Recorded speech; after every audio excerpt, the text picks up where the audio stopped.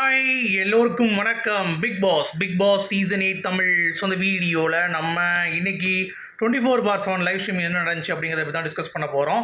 So வீடியோக்குள்ளே போகிறதுக்கு முன்னாடி நம்ம சேனல் நீங்கள் புதுசாக இருந்தால் கண்டிப்பாக சப்ஸ்கிரைப் பண்ணிக்கோங்க, வீடியோ மறக்காமல் ஒரு லைக் பண்ணிக்கோங்க. இப்போ நம்ம வீடியோக்குள்ளே போகலாம்.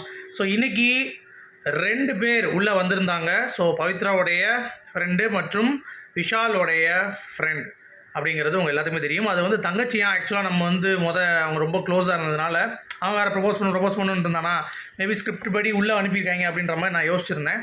பட் அது வந்து பார்த்தீங்கன்னா தங்கச்சி அவங்க சீரியலில் வந்து ஒரு தங்கச்சி கேரக்டர் பண்ணாங்க அப்படின்ற மாதிரி சொல்கிறாங்க. சரி, அப்போ உண்மையான லவ்வர் யாருன்னு பார்த்தீங்கன்னா ஏதோ சுனைனான்னு சொன்னாங்க, தீப்தி அப்படின்னு சொல்லிட்டு. அவங்களும் போஸ்ட் வந்து போட்டிருந்தாங்க, விஷாலோட இருக்கிற மாதிரி ஒரு போஸ்ட் வந்து போட்டிருந்தாங்க. ஸோ இதெல்லாம் வந்து போயிட்டுருக்கு. ஸோ விஷாலுக்கு ரொம்ப எப்பயுமே பெண்கள்கிட்ட ரொம்ப க்ளோஸாக இருக்கக்கூடிய ஒரு விஷயம் தான். ஆனால் அந்த பொண்ணு வந்து நல்லா தட்டி கேட்டுச்சு. சௌந்தர்யாவை வச்சு நீ தப்பாக பேசுனது தப்பு, அதுக்கு உடனே சாரி கேளுன்றுச்சு. உடனே சௌந்தர்யா கூப்பிட்டு வச்சு சாரி கேட்டேன், அந்த மாதிரி நான் வந்து பேசினேன், அந்த மாதிரி அன்வான்டாக டீ கடையில் பேசின மாதிரி இருந்துச்சு சொல்லி விஜய் சேவை சொன்னார்ல, அதை நான் வந்து சாரி கேட்டேன் அப்படின்னா அது ஏற்கனவே சாரி கேட்டான்னாங்க. சௌந்தர்யா சொன்னாங்க உடனே இல்லை அது வந்து சரியாக கேட்கல, அதனால தான் கேட்க சொல்கிறேன் அப்படின்னு சொன்னாங்க அவங்க. சரியா, அது முடிஞ்ச உடனே தர்ஷிகாவை பற்றியும் நீ எதுக்கு ஃபீலிங்ஸ் கொடுக்குறேன்னு நான் சொல்லியிருந்தேன் தெரியுமா, அந்த வார்த்தையை அப்படியே கேட்டாங்க. ரொம்ப பியூட்டிஃபுல்லாக இருந்தது. நீ எது கொடுக்குற, அப்படி கொடுத்தா தப்பு தானே, அந்த வார்த்தை தப்பாக தானே போகும். நீ ஃபீலிங்ஸ் கொடு அப்படின்னா அப்போ அவள் வந்து அதை எடுத்து எக்ஸ்ட்ரா தானே பண்ணுவா. இப்போ நீ அன்ஷியை பார்த்த மாதிரி நீ பார்த்துருந்தா கரெக்டாக இருந்தது. ஏன்னா முத்துக்கிட்ட சொல்லிட்டு இருப்பார் அன்ஷியும் தர்ஷியும் ஒன்றா பார்த்தேன்ட்டு. ஆனால் அன்ஷியை கட்டி பிடிக்கிறதுக்கும் தர்ஷிகா கட்டி பிடிக்கிறதுக்கும் நிறைய டிஃப்ரென்ஸ் இருக்குது அப்படிங்கிறது நம்மளும் பல தடவை சொல்லியிருக்கோம். பட் ஆனால் அது வந்து பார்த்திங்க அப்படின்னா அவங்க கேட்குற மாதிரி, அதாவது அவங்களுக்கு தெரியாது, அது அவன் ஒரு கண்ணோட்டத்தில் இருந்திருப்பான் அப்படிங்கிறது பார்க்க முடியுது. ஸோ மேபி அவன் ரொம்ப க்ளோஸாக தான் வந்து தர்ஷிகிட்ட வந்து பார்த்திங்கன்னா பழகிதான் ஒரு சான்ஸ் இருந்திருக்கு. அதாவது அவளை வந்து வேணாம் சொல்ல முடியல, வெளியே போய் நம்ம வந்து பார்த்துக்கலான்ற மாதிரி அவன் வந்து பார்த்திங்கன்னா பிளான் பண்ணிட்டான். இங்கே லவ் வேணான்ட்டான், அவ்வளோதான் அவன் மைண்ட் செட்டு. சரியா, தர்ஷிகா வந்து பிடிக்கலை, அதுக்கடுத்து வந்து அதை லவ் பண்ணுறேன் இல்லை லவ் பண்ணல அப்படின்றதெல்லாம் அவனுக்கு தோணலை. இங்கே அந்த ஃபீலிங்ஸை நான் கெடுக்க வரும்லன்னு சொன்னதை அவன் வந்து திருப்பி சொல்லி காட்டுறான். இல்லை அதுவும் நீ பண்ணது தப்பு அப்படின்றத போல்டாக அடித்தாங்க. அது ரொம்ப அற்புதமாக இருந்துச்சு. இப்போ ரீசெண்டாக வந்து பார்த்திங்கன்னா தர்ஷிகா வந்து நம்ம இன்ட்யூஷன் கரெக்டு, நம்ம என்ன நினைக்கிறோமோ அது வந்து நடந்திருக்கு. விஷால் பற்றி கொஞ்சம் கொஞ்சம் புரிய ஆரம்பிக்குது. ஏன்னா ரீசெண்டாக பேசின இன்டர்வியூலையும் வந்து பார்த்தீங்கன்னா தர்ஷிகா வந்து ரொம்ப தெளிவாகிட்டாங்க. சரி, அவங்க கேம் ஆடுறாங்க சார், அதுக்கு ஒன்றும் பண்ண முடியாது சொல்லியிருந்தாங்க. இப்பயும் வந்து அதான் சொல்லியிருக்காங்க, நான் என்னோட இன்ட்யூஷன் கரெக்டு தான், அப்போ ஒழுங்காக நம்ம கேம் ஆடி இருக்கணும். ஸோ கேமை லூஸ் பண்ணிட்டாங்க அப்படிங்கிறது தர்ஷிகா வந்து ஒத்துக்கிட்டாங்க. இப்போ ரீசெண்டாக போட்ட பதிவில் I feel my intuition is right அப்படின்ற மாதிரி. So very good. இந்த பொண்ணும் வந்து நம்ம பாராட்ட ஒரு விஷயம் தான். நல்லா சூப்பராக சொல்லிச்சு விஷாலுக்கு அப்படிங்கிறது தான். பவித்ராவுக்கு நல்ல ஒரு அட்வைஸு. பவித்ராகம் வந்து பார்த்தீங்கன்னா நிறைய பேருக்கு வந்து ஒரு விஷயம் வந்து இருந்தது. அதாவது என்ன ஒரு பேட்டர்னில் பவித்ரா வந்து எல்லாம் பார்க்குறாங்க அந்த வீட்டில், ஜஸ்ட்டு வந்து ஒரு எலிமினேஷன் ஒரு ப்ராசஸில் தான் பவித்ரா வந்து யோசிக்கிறாங்க அப்படிங்கிறத ஓப்பனாக சொல்லிட்டாங்க. நீ ஸ்ட்ராங் பிளேயர் அப்படின்றத நீ மறந்துடாதன்ட்டாங்க. ஆனால் பவி பொறுத்த வரைக்கும் அவங்க கேம் நல்லா ஸ்ட்ராங்காக தான் இருக்காங்க, பேசுறது மட்டும்தான் பிரச்சனை. அதை நம்ம ஏற்கனவே பல தடவை வந்து நம்ம சொல்லியிருக்கோம்.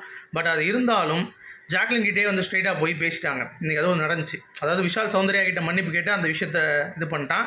பவித்ராவுக்கு அது உறுதிட்டே இருந்திருக்கு போல். போகிறப்ப வந்தப்போ ஜாக்லின் வந்து பார்த்தீங்கன்னா சொல்லிட்டாங்க, இந்த மாதிரி என்ன சொன்னாங்க உங்கள் தம்பி அப்படின்னு சொன்ன உடனே அவன் ஓப்பனாக சொல்லிட்டு, அந்த மாதிரி நீ நாமினேஷன் பண்ணது வந்து நாங்கள் எப்போ பண்ணோம், அதெல்லாம் பண்ணவே இல்லை, ஒன்று பேரை சொல்லவே இல்லைன்னு சொல்லி நடிக்கிறாங்க மஞ்சரியும் ஜாக்லினும். ஆனால் அவங்க சொன்னாங்க, அவங்க நாமினேஷன் டிஸ்கஸ் பண்ணாங்க, முத்துவும் பேசினார். அது ரொம்ப தப்பான ஒரு விஷயம்.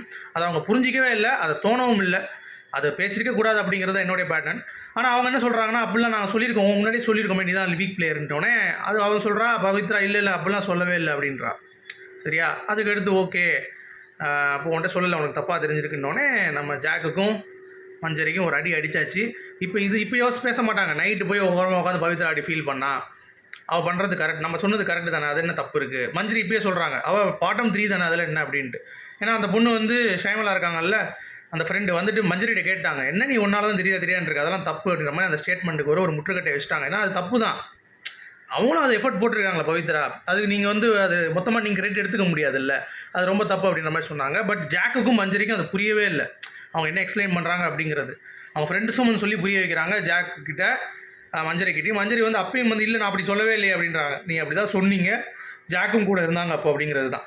இப்போ ஜாக் சொல்கிறாங்க இல்லையே, நான் பாட்டம் 3 மீன் பண்ணாலே உனக்கு வெளியே போயிருந்தான்னு அர்த்தம், நீ இங்கேருந்து வெளியே போகிறேன் அப்படின்னாலே பாட்டம் 3 தானே, அதுக்கு நீ சொன்ன இல்லை, அது என்கிட்ட நீ தனியாக சொல்லவே இல்லை, நீ எப்போ பார்த்தாலும் என்கிட்ட வந்து நீ நல்லா தான் விளையாடுற அப்படி தான் சொன்னன்ற மாதிரி பவித்ரா வந்து மூஞ்சி நேராகவே அவங்களுடைய டபுள் ஸ்டாண்டர்ட் கேமை மஞ்சரியோடையும் ஜாக்கோடையும் வந்து பிரித்து விட்டாங்க. So that is very very good.